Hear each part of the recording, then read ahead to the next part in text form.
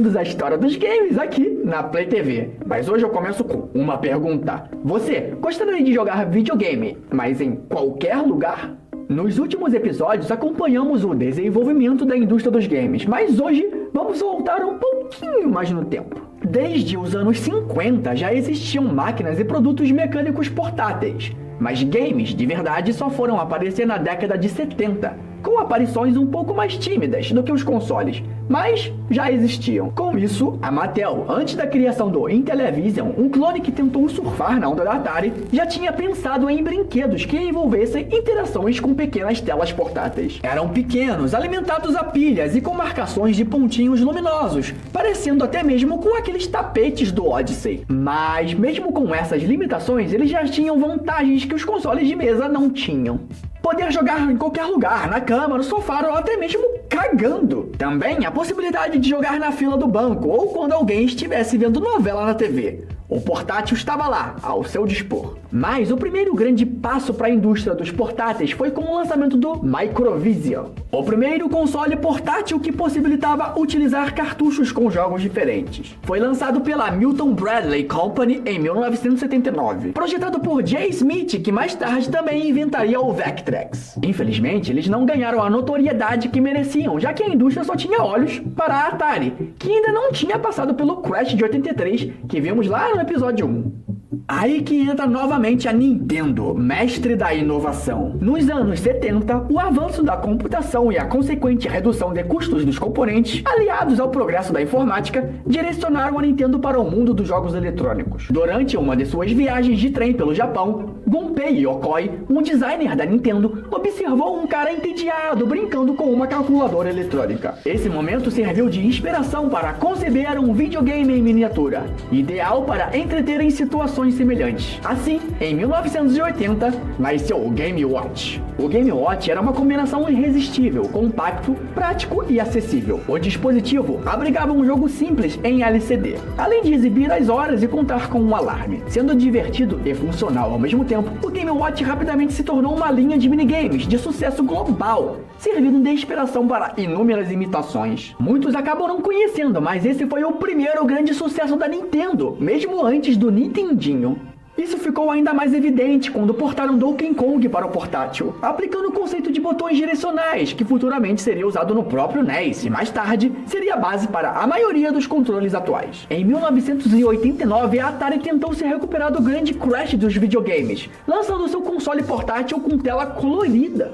O Atari Lynx entrou para a história como o primeiro console portátil a apresentar cores em sua tela. Além disso, foi o pioneiro ao adotar a tecnologia 16-bit, embora sua CPU fosse de 8-bit. Não só isso, mas também foi o primeiro a integrar uma tela retroiluminada. 3 avanços significativos para a época. Além desses recursos inovadores, o console da Atari oferecia outras comodidades, como cartuchos em formato de cartões e a capacidade de ajustar os controles para destros ou canhotos. Além disso, permitia jogar com a tela na vertical, otimizando a experiência para alguns títulos de arcade adaptados para o console. Então pensa comigo, por que será que a Atari então não conseguiu se reestruturar? Nem todas as características do aparelho eram favoráveis. Ele era volumoso e demandava muitas pilhas para funcionar. Embora algumas revistas tenham mencionado o dispositivo, o destaque dado era mínimo. Nos Estados Unidos e na Europa, o console até conseguiu certo êxito, vendendo cerca de 1 milhão de unidades até 91. Além disso, a Atari não desfrutava mais da mesma reputação, e seus jogos já não eram tão inovadores quanto antes. Mas o grande fator foi a Nintendo, que depois de explodir de vendas com o Nintendinho, lançou o sucessor do Game Watch.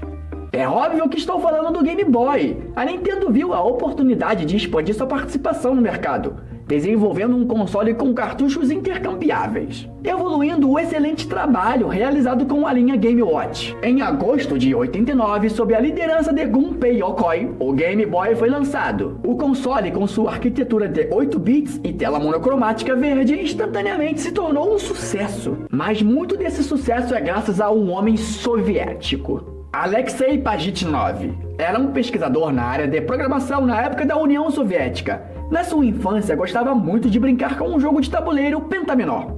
Mas basicamente por ele ser comunista, a criação do projeto também era do Estado, e ele tinha dificuldades de comercializar o game. Mas Alexei era modesto e só queria ver seu joguinho sendo jogado por mais pessoas.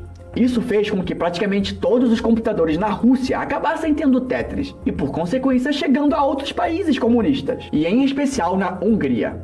Robert Stein era um distribuidor de software que viu o jogo nos computadores de Budapeste. Graças a ele, o jogo foi exportado para o Ocidente e isso fez com que inúmeras versões fossem feitas e lançadas. E em especial a de Game Boy, que explodiu tanto o console quanto o jogo no mundo. Nessa brincadeira, muita gente ganhou dinheiro, exceto por uma, o próprio criador. Só depois de 13 anos ele conseguiu se mudar para os Estados Unidos e fundar a Tetris Company. Mas se tratando de Game Boy, o jogo foi um enorme sucesso. Era um verdadeiro matador de tempo e rapidamente conquistou uma ampla audiência. Além disso, a simplicidade do console era um de seus atrativos principais. Com apenas 4 pilhas AA, oferecia horas de jogabilidade. O som do console também era elogiado, com músicas de qualidade comparável ao NES, e por vezes até melhores. Outro fator crucial para seu sucesso imediato foi a seleção de jogos disponíveis no lançamento nos Estados Unidos. Um dos títulos, Super Mario Land, uma versão portátil do grande sucesso da Nintendo, impressionou os jogadores com sua simplicidade, mas ao mesmo tempo oferecendo muitas opções de jogo. Apesar de curto, com cerca de 30 minutos de duração, proporcionava diversão garantida durante todo o tempo. Mas se a Sony dominava o mercado de consoles no final da década de 90 com o PlayStation, a Nintendo dominava os portáteis. Tudo isso devido a uma franquia. Insetos e videogames. Quem diria que essas duas coisas tão diferentes revolucionaria não só a indústria dos games, mas o mundo inteiro. É óbvio que estou falando de Pokémon. Satoshi Tajiri, quando era criança, gostava de colecionar insetos pelas ruas de Tóquio na década de 70. Mas ao crescer, desenvolveu um novo hobby: os games, e por conta disso criou uma revista inspirada nessa comunidade, chamada Game Freak. Ken Sugimori, um fã da revista que se ofereceu para ajudar na produção, desenhando as artes dos artigos. Os anos foram passando e a dupla decidiu subir mais um degrau nessa sua caminhada: investir no seu próprio jogo. Depois de algumas produções pequenas, eles se viram na empreitada e criaram um jogo baseado no antigo hobby de Satoshi, a coleção de insetos, mas dessa vez em forma de monstros de batalha. Então, finalmente, em 27 de fevereiro de 1996, as versões de Pokémon Red e Green foram lançadas, mas acabaram sendo um fracasso. Mas vamos com calma, o Game Boy já estava velho e também mais barato. Com isso, mais pessoas tiveram acesso ao console e, consequentemente, mais acesso ao jogo. Então, a divulgação boca a boca fez com que mais gente conhecesse o jogo. A história de Satoshi e Pokémon é de muita dedicação e perseverança, da quase falência até a conquista do mundo. Seu universo rico de conteúdo e interação social, que é uma das marcas desde os primórdios, fazem dessa franquia só crescer. Outras empresas tentaram fatiar um pouco do mercado de portáteis, como a própria Sega com o Game Gear. Era um produto mais potente e robusto do que o rival Game Boy. Tinha tela colorida, com luz própria e um hardware semelhante ao do Master System. Porém, assim como o Lynx da Atari, era bem mais robusto e precisava de mais pilhas. De qualquer forma, o sistema alcançou um sucesso relativo, com mais de 10 milhões de unidades vendidas. Mas é aquilo que eu venho falando: o que faz o console vender são os jogos.